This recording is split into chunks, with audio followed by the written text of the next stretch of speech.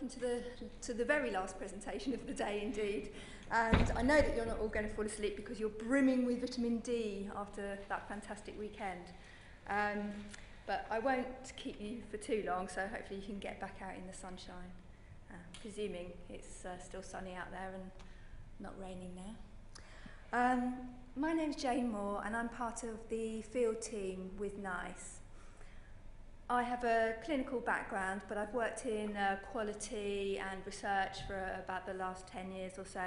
And now my role is working with NICE, going out, talking to people about our guidance, and trying to really support people to get it into practice. And one of the things that we do as a field team is to try and really build relationships with people as well. So I'll give you some details of the field team at the end, but we're really happy to come out to people's practices, to CCGs, to talk to you not just about the quality standard for end-of-life care, but generally about our products and our quality standards, how you use those in commissioning and all of our commissioning tools.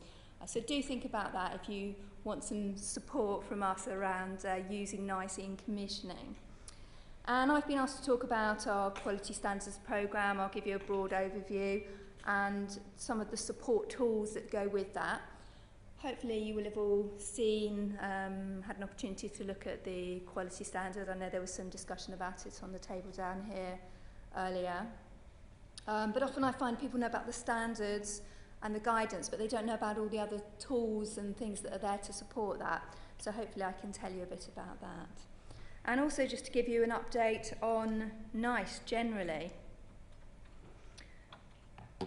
NICE's position has been assured in the bill, now the Act, and we've been asked to work very closely with the new commissioning board as they're established around our programme of quality standards. And obviously we'll be working very closely with the Care Quality Commission and Monitor, and there's talk of what they call the Big Four now, which is these four organisations. So I think NICE is very much realigning itself to commissioning with this programme of quality standards, and I think that's going to put us in a slightly different position in the big picture, which from your perspective hopefully will be very helpful. From April next year, NICE will become a non-departmental public body. That won't mean very much change to us in a practical sense, but one of the reasons we've been asked to do that is because we've been given a big remit around social care.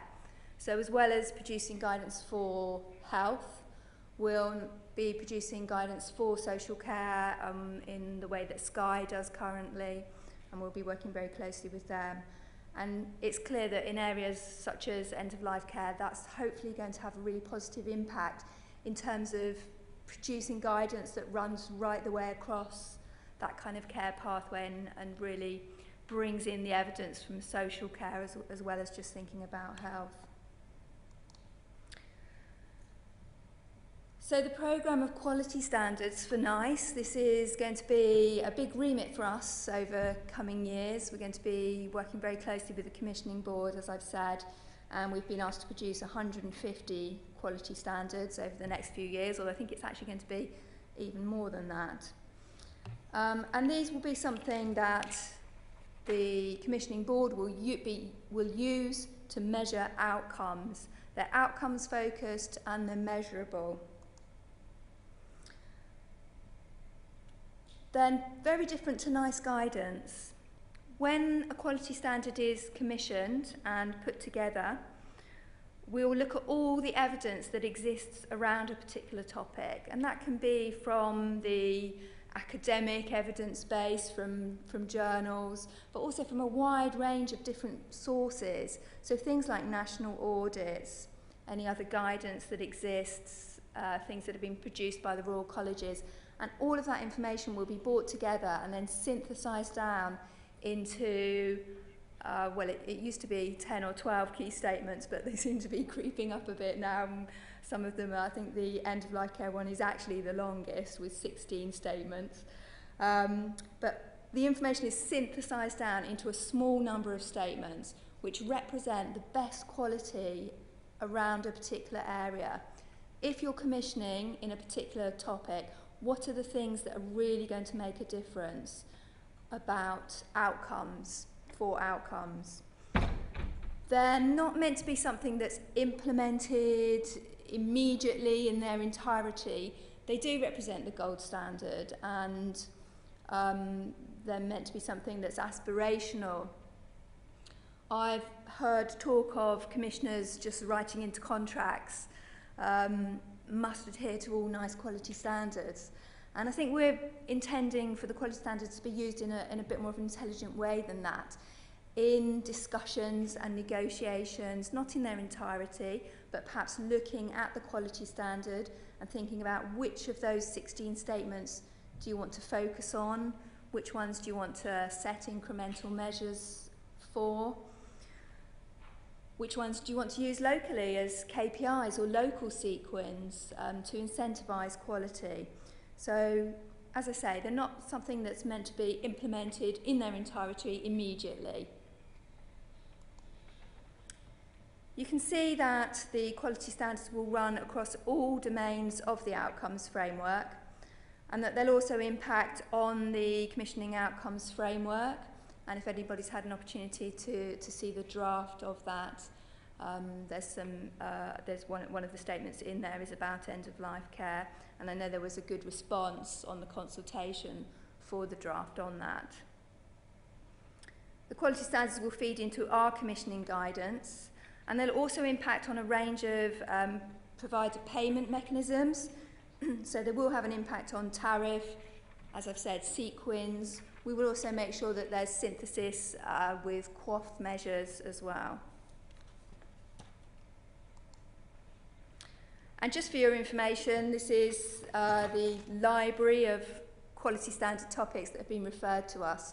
So you can see there really will be a core library covering almost every major clinical condition that commissioners can really use to try and drive quality. And I see them really as the kind of go-to measure, really. They're evidence-based. All the information that is used to develop them is approved by NHS through the NHS Evidence Accreditation System. So they're the best quality measure that we're going to have really around these particular areas. So this is the end-of-life care quality standard it's just a screenshot from our website. And as I mentioned, there's 16 standards there. This one was relatively atypical to develop in that there wasn't an enormous amount of evidence for the team to pull together. There's no randomised controlled trials and that kind of really substantive evidence. And so they used a range of existing measures and indicators, things from the end-of-life care strategy and the National End-of-Life Care Programme quality assessment tool. So really looking at things that were really existing and being used in practice. And if you want to know how those relate to each of the standards, as you click into each one, they're mapped to the source reference. So you can see where we got that material from. And we've been working quite closely with the National End-of-Life Care Programme to make sure that what we're doing is supporting each other and that our quality standards are really supporting their quality markers as the next stage really of getting that into commissioning and into the COF.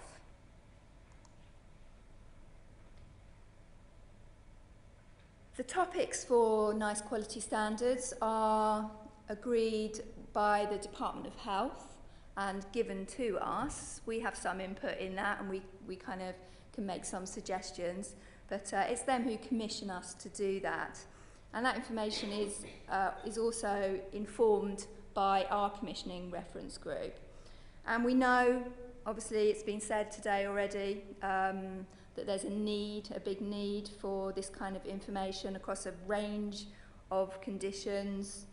The amount of deaths, as has been said, are foreseeable.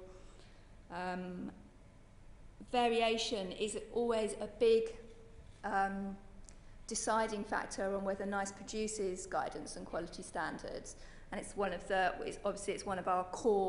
core reasons for our being, to try and reduce variation. So if there is an area where there is wide variation, it really brings it up our list of priorities. And this clearly is an area where there's wide variation in the guidance. There's some information saying that the average PCT spend per death ranges from £300 to £3,000, so a sort of tenfold increase in variation.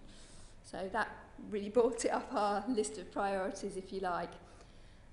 And also costs. This is a big area of costs for the NHS, and we know that it's only going to be increasing. So the 16 measures in the quality standard have been mapped into 6 core areas of care, and the potential resource implications have been mapped for each of those. And this is a way to try and make it easier to use the quality standards and refer to them. And in each of those areas of care, we've identified what are the potential resource implications. And this is reflected in the commissioning support for people using the quality standards that comes along with the quality standard. This tool gives information about the background of the quality standard, why we developed it, obviously, what the national resource implications are, as I've said, areas of care, and the potential resource implications of each of those. And then it also runs through the commissioning implications and the cost impact of each of those 16 statements. So it's really detailed, and working through that information can really give you the background that you need around each of those statements. There's a lot of resources there as well, and I was really pleased to hear Anita talking about having some kind of portal or resource which could bring together all of the tools that exist, because there does seem to be a lot, and I know that our commissioning tool references quite a few other resources. But in that there's case studies, a lot of links to other national resources, evidence audits, a lot of things like links to workbooks and training things. We've got some sequin examples on there. There's also 3 QUIP examples, and we're looking for more. We're working with the end of life care programme to try and get some more of those, where people have the evidence that moving people from acute into community or their homes, that kind of cost-saving information. Unfortunately, we've only got 3 examples at the moment, but as I say, we are looking for more of those. So if anybody has any that they think they might be able to submit, we'd be really happy to hear from them. Alongside that, we have an interactive commissioning tool. It's an Excel spreadsheet, which looks a bit intimidating, but it's actually quite easy to use once you get the hang of it. And this makes the case for commissioning services, and it helps you to assess what the local service levels should be, what your local needs are. So you can pull through information for your PCT area, and it will bring up HES data and a range of other data which you can use to have a look and see what does the picture look like for you locally, what should it look like, and how different are you. And there's nothing judgmental in that in terms of how far you are off the national average, if you like. There may be very good reasons why you're above or below national average in terms of your demographics, but it's a tool that's there that can help you to really start those local conversations, think about where you should be. And the tool very much has synergy with the Find Your 1% campaign as well. So we know that hospital death is expensive and it's not what people want.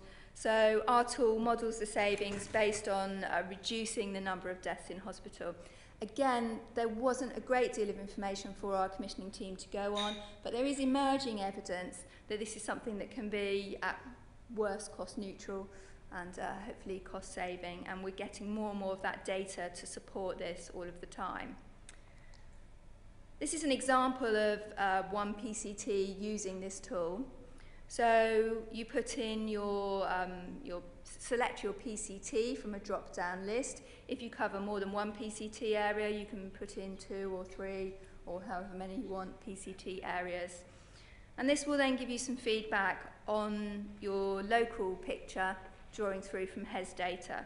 So you can see for this particular PCT that in terms of people being in hospital for 3 days or less, they're very much below the national average, whereas they're having a lot of people who are staying in hospital for 21 days or more. The HES data pulls through that deaths preceded by a hospital admission is running at 52%. In this example, if they wanted to try and reduce hospital admissions ending in death by 10% and increase the proportion of patients discharged before death by 10%, you can play with those figures, but you can see in this example that would indicate a potential saving of 433,000. There's a lot of variations in this. It depends very much on your local situation, but it can be a really useful tool for helping to demonstrate investment in services based on what you're going to save. And recently I worked with a group of GPs in London who brought all of their local providers together and worked through the quality standard and used the CAB tool to really think about how that might work across their whole care pathway. So just to finish off, just in case you haven't had an opportunity to find the quality standards, there's a whole section on our website that's dedicated to that. Lots of information about the programmes, and each of the quality standards is on there. And they're also web-based, so you don't have to go and find a PDF and wait half an hour for the egg timer to go round.